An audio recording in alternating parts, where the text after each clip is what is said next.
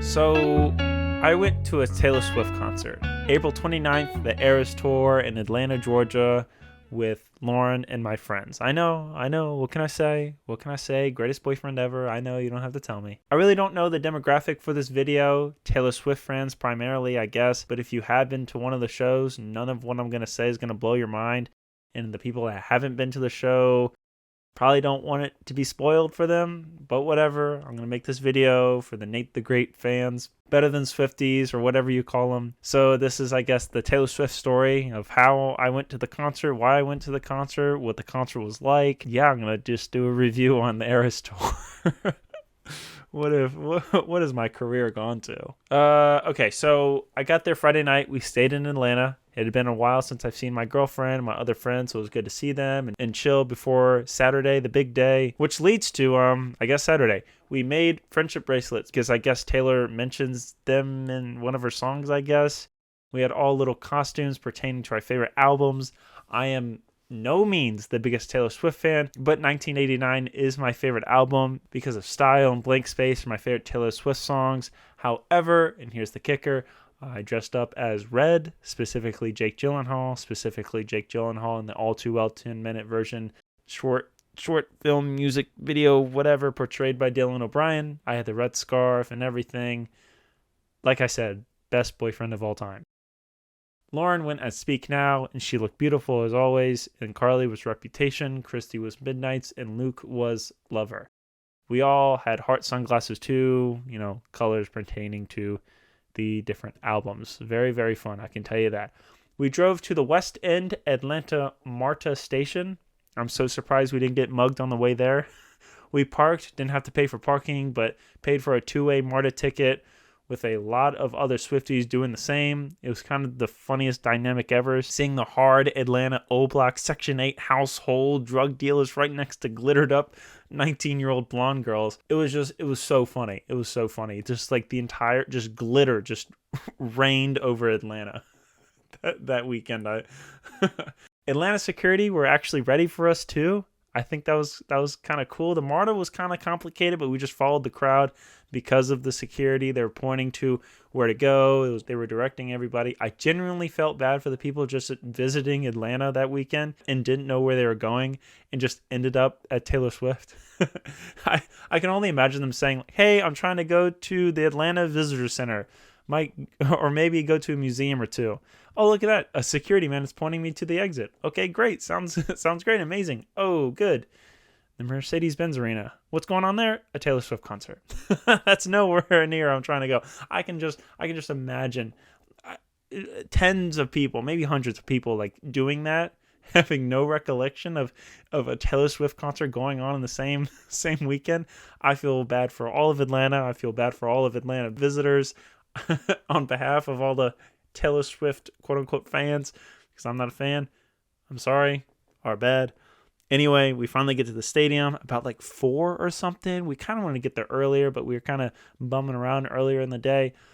The last thing I was looking at is the time, because I already know it's going to be a long night, so I have no idea what the time was when we got there.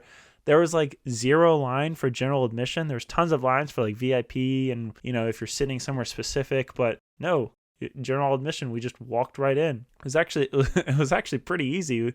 The security wasn't super tight. We just scanned our tickets and we were in there. Okay, so finally we're in, went straight to the bathrooms. That took 20 minutes because Mercedes-Benz Arena is insane. It's so big. We only stayed on one side of the arena and only about like 3 different sections on one floor, and we constantly got lost. We got merch, of course. I got a $30 white t-shirt and a $30 tour poster, of course. I had to get a poster. You know it. You already know. And plus Lauren was paying, so I'll take what I can get. No joke. We got the famous $2 hot dogs from Mercedes-Benz, and then the hot dogs were probably one of the foods of all time. Definitely $2 worth. I got some chips with cheese and whatnot. Okay, finally we're at our seats. We sat in section 118, row 44, and it was pretty perfect. We paid roughly $250 each for the tickets, and the seats were great, basically straight on. We could see everything, non-obstructed view. It was great. And I think it's great that Taylor Swift, well, I don't really know if it's specifically Taylor Swift, but I've been to a couple of concerts and none of them have told me I'm getting an obstructive view and adjust the price accordingly to that. Maybe that's a Mercedes-Benz thing. Maybe that's a Ticketmaster thing. But I like the idea for companies and venues to do that. Thumbs up. I liked that we were told that we were getting a non-obstructive view. I can only be assuming that views and seats with obstructive views were lower than views that were not obstructed. So I can only assume that, like, you know, if you're trying to shave off a couple dollars where you're sitting for a Taylor Swift concert or something, go for the obstructive view. We were straight on, so we saw everything, so we didn't have to worry about that. But I'm glad about that. And I guess that's why our tickets were $250. We got J.J. Abrams' daughter and Beat Bop Doo Bop out of the way. And by the time 7:50 roughly came around, T Swifty was on stage. I will never recover from the ear injury I endured when she came up on stage. With every album she performed, she had different costumes and backgrounds, props on stage. They utilized the stage that came out into the crowd a bunch, like the long walkway sort of thing with the diamond in the middle. She would go down, she would step down and jump down into it and then come out from a different place, or it maybe come out with the same place but a different outfit, or a different place with a different outfit on. It was cool. All of the lights and camera movements and scenery were all very, very cool and very well choreographed and planned out and timed well. There were fireworks, stage lights, lasers, fire even. The stage itself was a screen. And something I really, really thought was cool was during one of her songs, I think it was in the folklore section of the show or whatever, there were people that came out dressed up as witches or something with cloaks and whatever. They had lanterns, and as they were walking across the stage, you could see a light streak going along with them as they stepped on the stage and throughout the stage. Same thing happened with other stage performers riding bikes all around the stage, and there would be a lined streak following them, and it would I guess 10 feet back it would fade away and would keep going. I don't understand that. There's no way that there was a light from the rafters or whatever pointing down. That had to be the stage. And the thing is, Taylor would be up on stage but not have the light go on where she is stepping. It would be around the people that had the lights or were on the bikes or something along those lines. So they had to know that there were people that were stepping specific ways to light them in a specific way on the stage. I really don't know how they did that. Probably from the stage, that they were on or whatever. Probably because they spent the most time on that the long stage that went out into the crowd, not the one not the big one where the big screen was. It was just very, very interesting. So whatever technology that we're using, it was smart enough to know to light up some people but not others on specific parts on the stage throughout the concert at different times. I really thought that was cool. I really thought that was really cool. The backgrounds was used really well, constantly fading in and out, and other layered backgrounds, truly giving the people watching the screen a different kind of show to watch if you actually couldn't see Taylor Swift. Because if you're up there, to be fair, there's tons of people up at the top, and if you're up there, the stadium was filled and you're watching, and Taylor Swift probably looks like a speck of dust from there. So you're kind of forced to watch a screen, and that kind of sucks if you pay so much money just to watch a screen. But you're still there, you're still hearing the live music, a live concert, but you're watching the screen. It's a totally different concert than if you're watching Taylor Swift like we were, naked eyes watching her. I did actually think I got my money's worth, sort of, because I know $250 to watch somebody perform live music is a lot. When a live concert turns into almost like an event or something, I wouldn't mind shelling out a few extra bucks for my favorite artist to go all out with their performance, have different outfits, have different light and scenery, get me involved like she did with the light up wristbands that were handed out that were free, but technically we paid for them because we paid for the concert ticket and whatnot. And that's another thing about the technology. Sorry if you're here to just hear me break down every song and every little tidbit and what she said. No, but I'm just talking about the things that interest me. But again, I kind of want to go. I was very enchanted with the environment.